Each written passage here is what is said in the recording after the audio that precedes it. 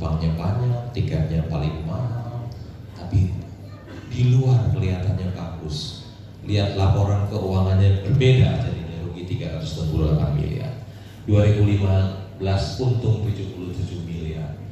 2016 untung lagi 9 juta dolar. 2017 rugi lagi 211 juta dolar. Untungnya kecil-kecil, begitu rugi gede.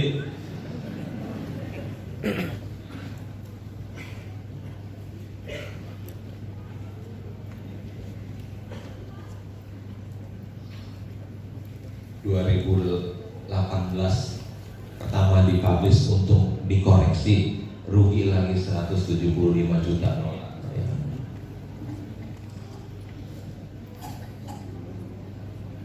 Ini laporan keuangan Unilever. Jumlah ekuitasnya, modalnya 7,5 triliun, labanya 9 triliun. Wah, luar biasa perusahaan ini ya. Artinya return on equity-nya 120%. Waduh, susah cari perusahaan yang ROE-nya 120% selain Unilever. Perusahaan yang luar biasa hebat, super company. Kalau kita punya saham Unilever nih, dalam kurun waktu 35 tahun kinerja saham Unilever Indonesia terus melesat. Jika seorang investor membeli 1000 lembar saham pada saat IPO seharga 3.175 per lembar, saat ini nilai investasinya bernilai hampir 5 miliar. Kalau kita beli 1000 lembar, selembar 3.175, kita bobo aja, jangan bangun-bangun bobo. Kerjanya mesti bobo ya, bukan kerja keras, mesti bobo. Begitu bangun-bangun, uangnya yang 3 juta jadi 5 miliar. Ini kisah nyata, bukan bohong. Itu baru beli kalau 3 juta. Kalau belinya 30 juta gimana dulu? Kalau belinya 300 juta gimana? Artinya kalau beli 300 juta, bobo, bangun-bangun uangnya jadi 500 miliar.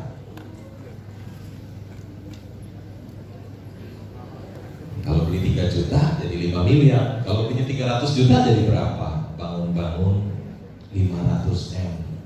Kerja keras mah enggak, bobo doang. Tapi jangan coba-coba melek. Lihat harga sahamnya, terpancing jualan. Nggak jadi 300, jadi 500 miliar. Kalau kita memiliki perusahaan yang untung besar, kita seperti memiliki mesin pencetak uang. Kalau kita cetak uang, kita ditangkap. Tapi kalau kita memiliki perusahaan yang untungnya besar, sama, tidak beda seperti kita memiliki mesin pencetak uang.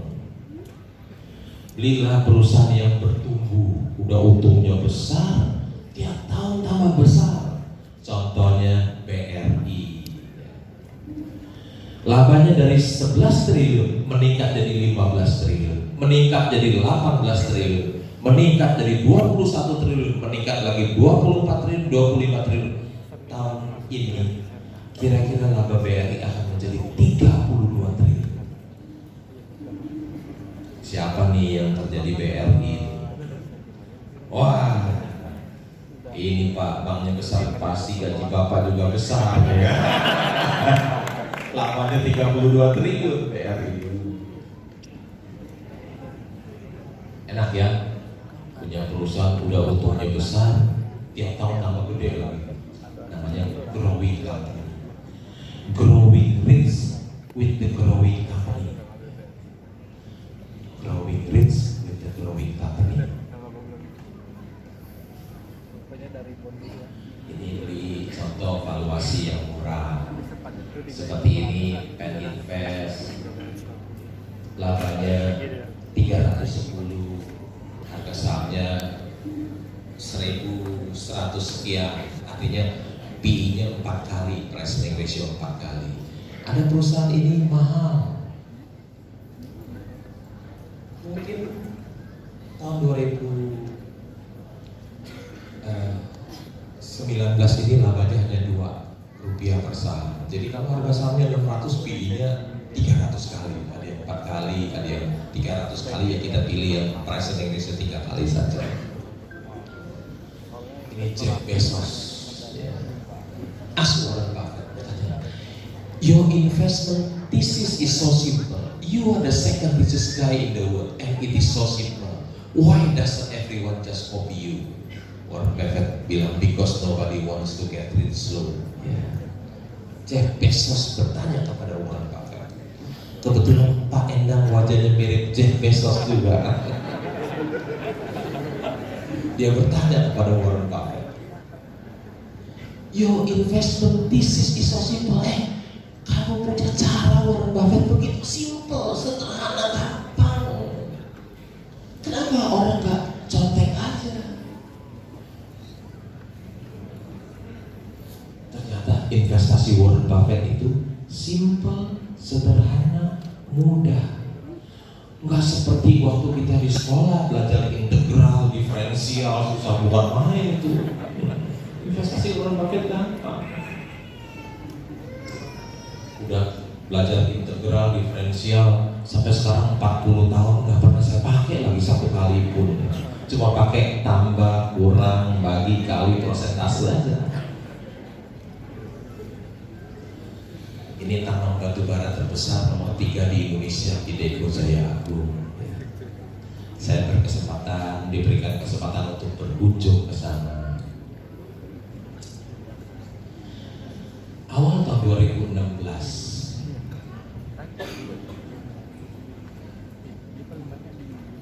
harga sahamnya turun ke Rp100, 100-an.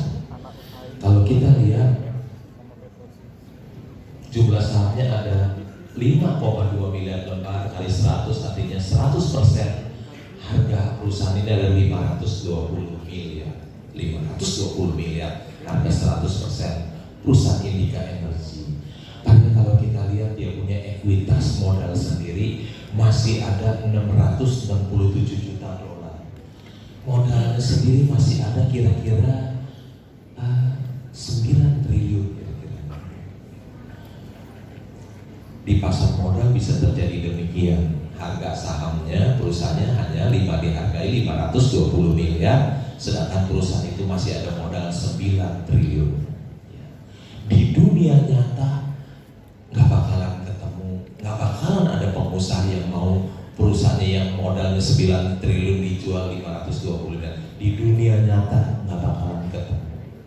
Yang seperti ini hanya ada di Bursa Efek Indonesia. Ada Mercy yang dijual harga Avanza, atau Mercy dijual harga sepeda. Di Bursa Efek Indonesia. Di dunia nyata tidak ada. Di Bursa Efek Indonesia ada banyak orang bodoh yang menjual Mercy-nya harga sepeda. Tapi sebaliknya juga ada sepeda dijual harga Mercy, hati-hati dan kejeblos ya. Hati-hati, banyak juga. Kita harus tahu, kita harus mendapatkan sepeda Mercy harga sepeda. Di dunia nyata nggak ada, adanya hanya di Bursa Efek Indonesia.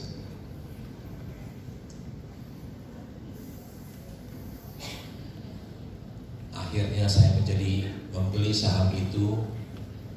Broker yang saya telepon lulusan dari Amerika, MBA dari Amerika. Ketika saya 100-an saya order beli, broker itu bilang, Pak jangan beli Pak, batu bara masa depan suram Pak. Saya bilang nggak apa-apa, beli aja. Lulusan Amerika lu MBA kayak begini, jangan beli Pak, masa depan suram. Nggak apa-apa, beli aja. Dia beli. Jadi pemegang saham terbesar nomor 4 di Indica Energy. Akhirnya saya pegang 2 tahun kemudian jadi 4.500. Waduh, dapat untung besar. Invest in bad time and sell in good time and you will get it. Ini investment wisdom. Satu kalimat ini bisa bikin orang jadi kaya. Ya. Ketika lagi bad time kita belanja, kenapa? Banyak barang murah. Lagi bad time, Habis kita beli, kita simpan, tunggu good time. Waktu good time naik semua, harga batu bara naik dari $50 per ton jadi $100 per ton, kita jual, kita jadi kaya-kaya. As simple as that, sederhana seperti itu. Tidak seperti orang hitung integral dan diferensial, tidak.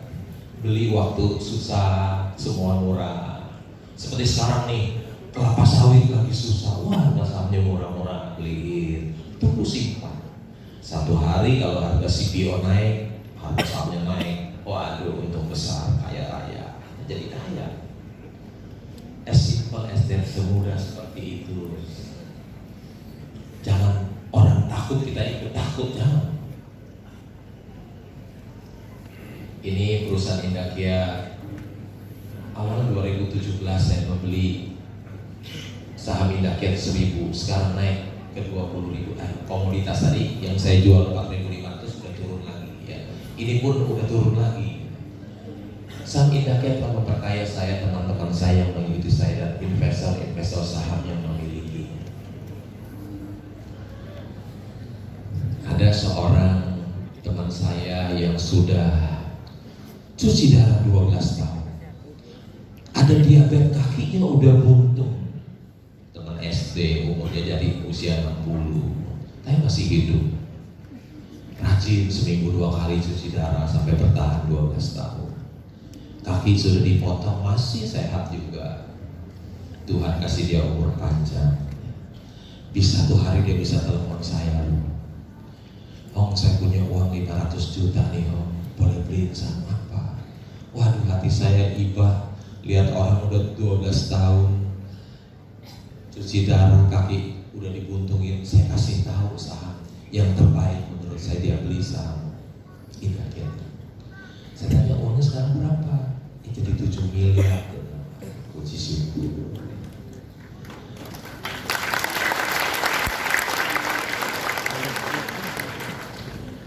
Ada seorang pendeta satu malam saya tidak kenal datang ke rumah karena dibawa oleh teman saya. Dia bilang, Pak, uang saya dikelola dari dana pensiun, kok nggak bertumbuh di situ terus? Apa saya tarik aja ya, saya cairin, saya beliin saham? Iya boleh, Bapak beliin saham aja. Dia tarik, dia belikan saham. Saya tanya, uang Bapak sekarang berapa? Pak, dulu saya tarik dari dana pensiun saya 130 juta, saya beli saham, sekarang jadi 1 miliar Pak. Aduh, puji syukur. Tapi Pak pendeta ini ketika punya uang 1 miliar, dia tulis surat ke gereja minta mengundurkan diri. Saya bilang, kenapa Bapak mengundurkan diri? Saya mau melanjutkan S3. Pak, di mana? Di Los Angeles. Keren Pak, soal Los Angeles. Kenapa Bapak nggak minta beasiswa dari gereja? Nggak mungkin dikasih Pak, minta dulu kuliah di Los Angeles mana dikasih dulu. Jadi saya pakai uang saya sendiri saja. Seingat saya awal 2017 ketika Indakia 1000, saya juga datang ke sini di Jambi. Setelah saya di Jambi, ada orang yang bertanya ke saya. Saya bilang, boleh bisa apa? Saya bilang di Indakia. Saya yakin orang itu yang di Jambi itu pasti untung saham dari Indakia. Ada dia, saya rasa ada di antara saudara Bapak yang untung saham di Indakia. Ya. Siapa orangnya? Saya yakin dia pasti ada di sini lagi. Ya.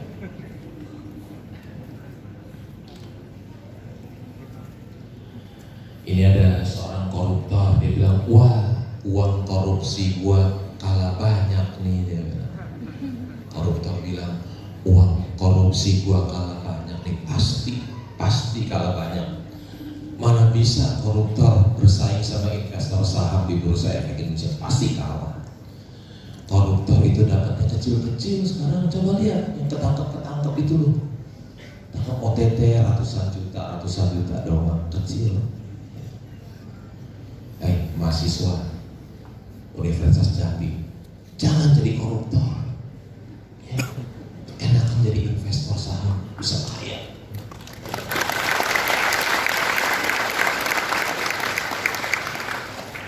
Kalau ada di antara saudara yang masih korupsi sekarang, berhenti. sebelum ketangkep, sebelum masuk penjara. Ada teman saya dekat dengan gubernur, saya ngomong begitu dia takut, nggak berani kerjain proyek tempatnya lagi. Nah, jadi investor dapat uang banyak. Kalau ketangkep KPK korupsi, malu jadi aib. Dari kemuliaan yang kita dapat jadi aib berganti. Jadi investor saham aja ya, jangan mau jadi koruptor. Buang cita-cita dari koruptor.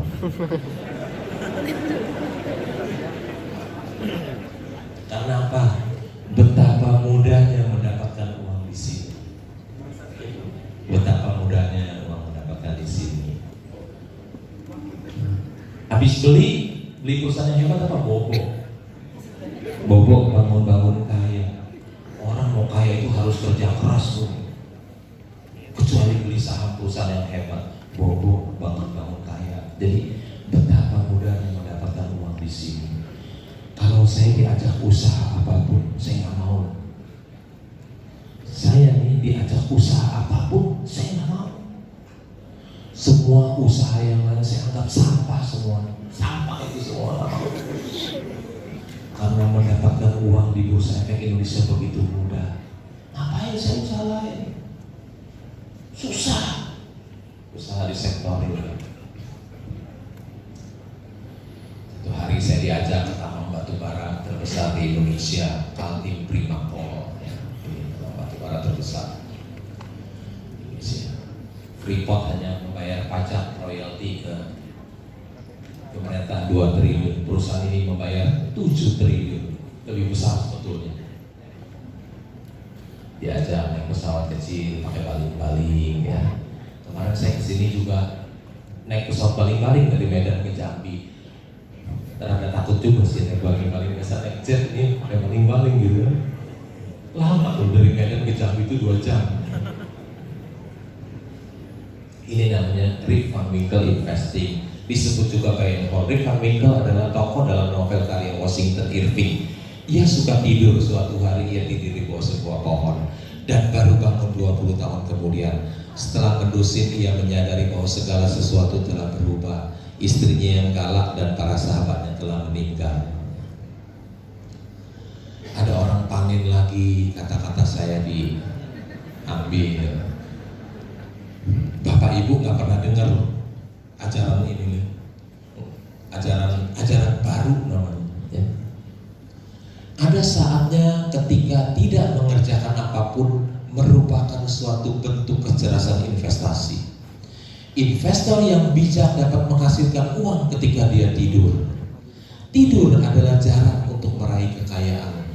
Tidak bertindak adalah suatu tindakan yang bagus jika kita sudah memiliki saham perusahaan yang hebat. Nggak pernah dengar kan suruh tidur terus? Orang tua kita mengajarkan kerja keras. Presiden kita pun mengajarkan kerja. Karena takut supaya masyarakatnya semua rajin, bagus ajaran itu. Tapi kalau kita sudah memiliki saham perusahaan yang hebat, yang terbaik adalah tidur.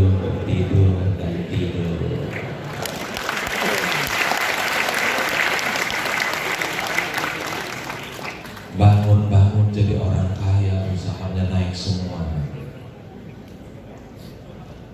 Ajaran baru.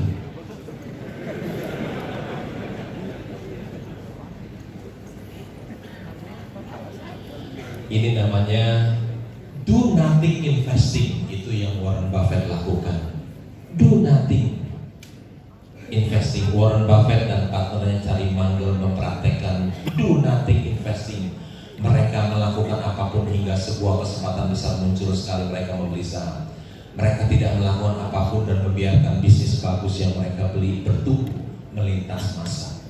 Pak, mohon maaf Pak, 5 menit lagi Pak. Oke ya. Ini juga strategi investasi Warren Buffett. Tidur itu kaya. Ada analisis fundamental dan teknikal. Ada orang melakukan riset. Sebelum 2008 itu, krisis 2008, orang yang menggunakan teknik technical itu 95%, fundamental 5%. Tapi setelah tahun 2008 sekarang yang pakai analisis technical itu 85%, fundamental 5%. Ya. Ada gurunya Warren Buffett mengatakan, we do not hesitate to declare that this approach is as fallacious as it is popular. Investasi itu, pendekatan teknikal itu adalah menyesatkan, ya. Tidak benar dan menyesatkan menurut gurunya Warren Buffett, Benjamin Graham, ya. Warren Buffett pun mengatakan, menurut Warren Buffett, analisis yang hanya didasarkan pada grafik, volume, dan pergerakan harga tidak berarti apa-apa kecuali omong kosong, tidak bermakna, ya. Warren Buffett mengatakan tidak perlu analisa teknikal. Nah, ini pernah dikasih membuka perdagangan saham yang 7.000 triliun itu, ya. Juga pernah dapat penghargaan.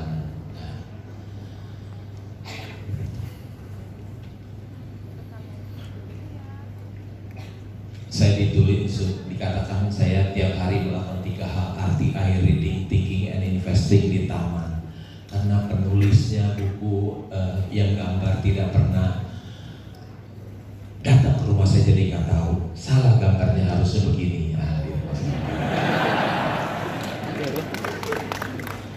Pagi-pagi saya biasa mengambil koran 4.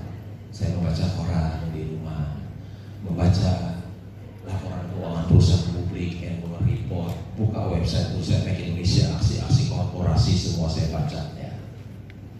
Sebuah patung inspiratif dari Jepang menunjukkan bahwa bobotmu tidak ditentukan oleh ukuran tubuh, tapi dari berapa banyak buku yang kamu baca. Yang gemuk baca buku 1, sama yang kecil baca buku 4, lebih berat yang kecil baca buku 4. Ada pepatah bahasa Mandarin mengatakan, bahasa Indonesia mengatakan, membaca adalah jendela dunia. Bahasa Mandarin mengatakan, Suli Ziyu Huang Jinggu. Ada yang tahu? Artinya, Su artinya suli di dalam buku, Huang Jing artinya emas, U dari dari rumah. Artinya di dalam buku ada rumah emas. Orang yang banyak membaca, dia jadi banyak tahu. Orang yang banyak tahu, dia dekat dengan kepintaran. Orang yang dekat dengan kepintaran, dekat dengan kekayaan. Di dalam berita ada banyak peluang. Membaca adalah sumber inspirasi. Hai mahasiswa Universitas Jambi, berapa jam sehari Anda membaca?